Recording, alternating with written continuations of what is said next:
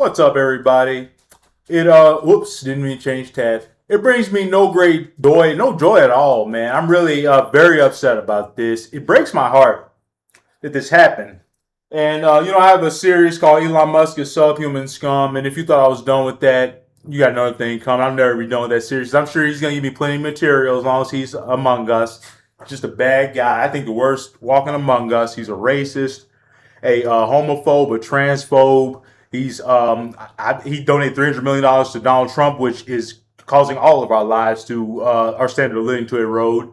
And need I go on the labor abuses, the sexual harassment allegations, the baby mamas, man? It's just bad.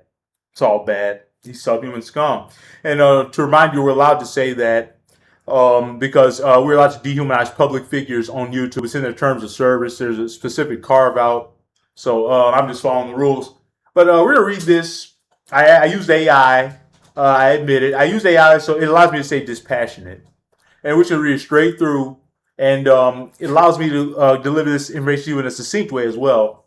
And let's read straight through how I asked the AI. I use Gemini. I'm a brand loyalist. I'm loyal to Google for whatever reason. I use all their fucking products and they treat me like shit. Just delete all my comments. It's what I've been using since I was a child. So I can't leave. Okay, so I asked Google Gemini, which I like a lot. How will Elon Musk becoming a trillionaire harm the average American worker and their families? It's a very clear question, and we're going to read through it. The milestone of Elon Musk becoming the world's first trillionaire, fueled by the recent public debut of SpaceX, has intensified conversations around extreme wealth concentration. Economists, labor advocates, and social scientists argue that the emergence of a trillionaire is not an isolated achievement, but a symptom of a structural issue that directly affects the average American family. That's Common Dreams. I read them all the time. I don't know why I have such a somber tone, man. I'm just trying to stay dispassionate. I don't want to raise my voice in this video. Here's a breakdown of how this unprecedented concentration of wealth can impact everyday workers in the house. I mean, it really does make me sad. Because money isn't infinite. There's a finite amount of capital out there, and he's taking money out of your family's mouths, and my family and everybody else's. And the way this is done is so grimy. They're like forcing people with 401ks to invest in SpaceX. And like when that goes down, your 401k goes down. Man, it's really bad, guys. It's really bad. Stagnant wages and labor pressure. To achieve and sustain a trillion-dollar valuation, large corporations face intense pressure from the financial markets to continuously maximize profit margins. Historically, this has often been achieved by keeping labor costs as low as possible. I'll tell you a way to get that stock price up: lay off a bunch of workers. That's the fastest way. You got to suppress their wages. Just eliminate their wage. Wage suppression. Critics argue that hyperwealth is frequently built on corporate systems that limit wage growth, minimize employee benefits, and utilize contract labor to avoid paying full-time protections. When major employers across industries suppress wages to optimize their stock values, it sets a lower baseline for wages nationwide, making it harder for working families to keep up with the cost of living, which are already struggling with now, and it's bad. I was at the grocery store the other day, man. Like a box of cereal, like name brand cereal, was like $10. Like a bottle of sunscreen, like $20. It is insane. Everything is. It doesn't even feel real looking at these prices. Worker safety and rights. Organizations like Oxfam point out that a fierce corporate focus on rapid scaling and cost cutting can lead to more dangerous workplace conditions, aggressive anti-union tactics, and fewer protections for the average employee. By the way, if you hear like a buzzing in the background, we have the landscapers here, so there's a lawnmower running. And I may go into the editor and put a sound gate on if it's really bad. Erosion of the public tax base, a primary mechanism through which individuals amass multi-hundred billion or trillion-dollar fortunes, is the utilization of a tax system that heavily favors capital gains over earned income. The tax burden shift. Because the ultra-wealthy hold the vast majority of their wealth in the unsold corporate stock, they face a significantly lower true tax rate compared to everyday workers who pay federal income taxes on every single paycheck. Underfunded public services. When the wealthiest individuals and largest corporations pay minimal federal income taxes due to loopholes and corporate deductions, the public treasury loses out on trillions in potential revenue. This directly impacts funding for public infrastructure, education, affordable healthcare networks, and social safety nets. Are those important programs that working families heavily rely upon to alleviate financial strain? And I'm telling you, man, what Republicans are planning right now, if they hold the House by some miracle and the Senate, they're going to cut Social Security, Medicaid, and Medicare.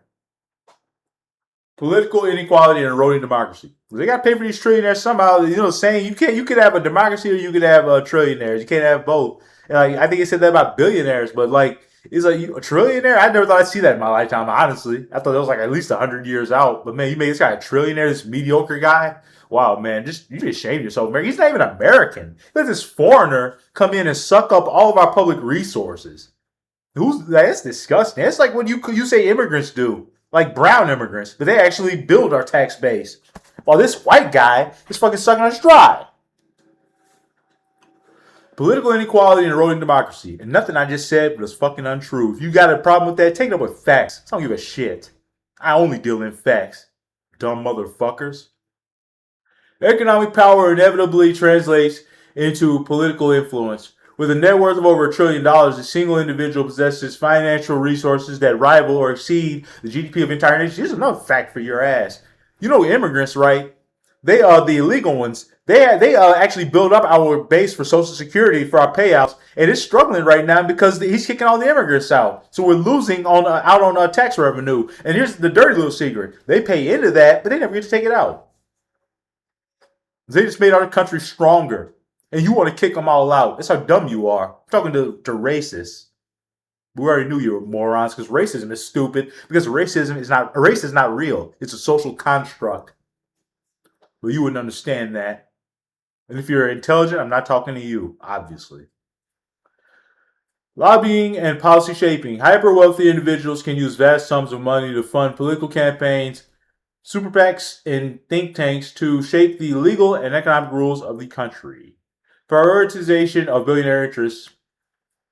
Studies show that political priorities of the ultra-rich lean heavily toward further deregulation and lower corporate taxes rather than investing in universal health care, public education, or worker protections. As a result, the legislative focus shifts away from the needs of the average voter, leaving working class families with less democratic leverage to demand fair labor laws. And that's going to hurt the future generations and the current generation. Man, we got no future in this country because you've let this man amass too much wealth. It's not just him. It's all billionaires. Should not exist. Market monopolization and cost of living. I've said before, I don't hate the rich. I hate billionaires. Extreme wealth concentration allows a small handful of corporate leaders to gain near monopoly control over vital sectors such as aerospace, global satellite internet, electrical vehicles, and digital communication. That's the whole future. That's everything. Aerospace, internet, electric vehicles, digital communication. That's everything. That's the whole ball game. You let these people run it. All right, guys, we're wrapping up. Reduce competition. I've enjoyed this video because I stayed dispassionate for the most part. When a single billionaire, because sometimes I watch myself back and I cringe, I got too angry, but I'm trying to get better with that.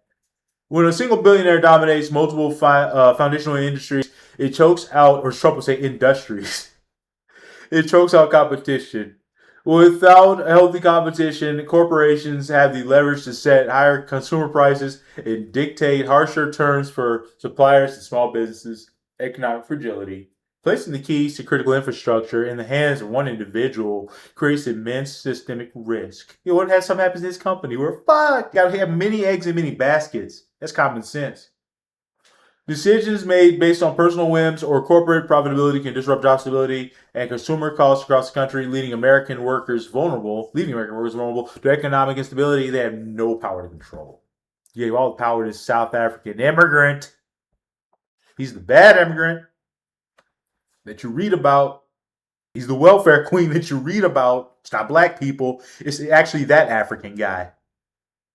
And that boy's blacker than black people. He got 12 baby mamas and shit. He's a welfare queen. He's lazy. He can barely speak. Man, I should do it. That sounds terrible. Man, I should talk shit about black people. That's just what the stereotypes. He fits all of them. The things you say about black people, it's actually him. He's trashy. The zero sum debate. He looks really unhealthy. Like his diet just eats fried shit all the time. He's just a disgusting guy. I'm glad I don't look like that. Zero sum debate. Well, some economists argue that wealth creation is not a zero sum game and innovation benefits everyone by creating new industries. Labor advocates emphasize that the distribution of the value has become deeply skewed.